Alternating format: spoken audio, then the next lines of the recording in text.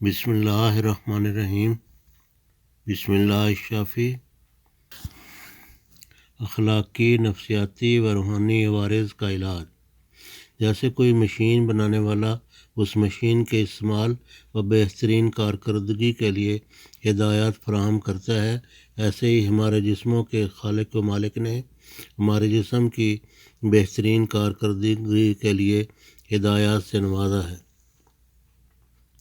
حلال اشیاء کو مناسب مقدار میں موقع محل کی مطابق اور مناسبت کے لحاظ سے استعمال کرنا طیب غذا یا طیب خوراک کہلاتا ہے، جو جسم اور روح کو بیماریوں سے بچا کر مضبوط و طاقتور رکھتا ہے۔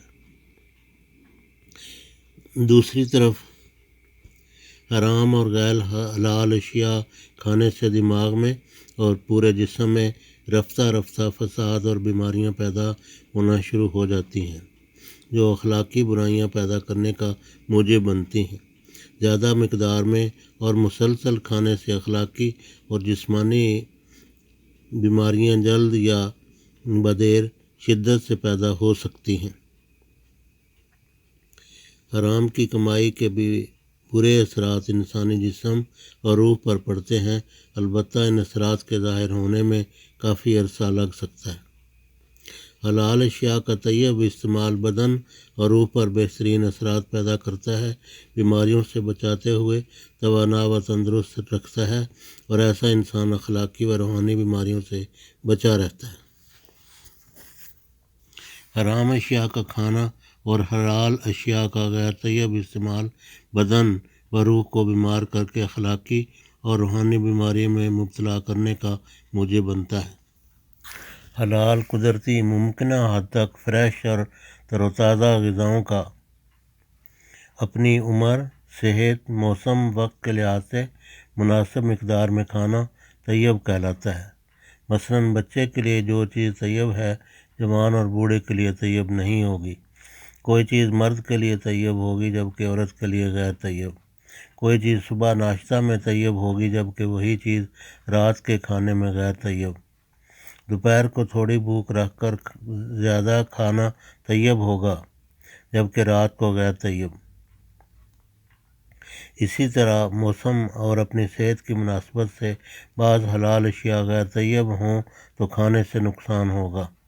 بالعموم بھوک رکھ کر خوراک طیب جبکہ زیادہ مقدار غیر طیب بن جائے گی۔ آج کے ترقی یافتہ دور میں اکثر و بیشتر امراض کا سبب غیر طیب غذاؤں کا استعمال ہے، جو کہ واضح قرآنی حکم کی خلاف ورزی ہے۔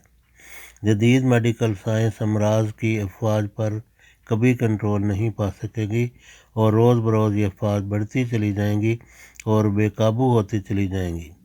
اصل حال وہ ہے جو ہمارے خالق و مالک نے ہدایت فرمایا ہوا ہے۔ قرآن کریم نے حلال اور طیب کھانے کی ہدایت فرمائی ہے۔ حلال، طیب غذائی تبدیلیوں کے ساتھ قدرتی طریقہ علاج، جن میں ہومیوپیتھک علاج، ہربل علاج، علاج بالماء پانی کے ذریعے علاج بالمشموم خوشبوؤں کے ذریعے علاج شامل ہیں۔ حلال طیب غذائی تبدیلی کے ساتھ قدرتی طریقہ علاج، جن میں ہومیوپیتھک علاج، ہربل علاج، علاج بالماء یعنی پانی کے ذریعے علاج بالمشموم خوشبوؤں کے ذریعے علاج شامل ہیں۔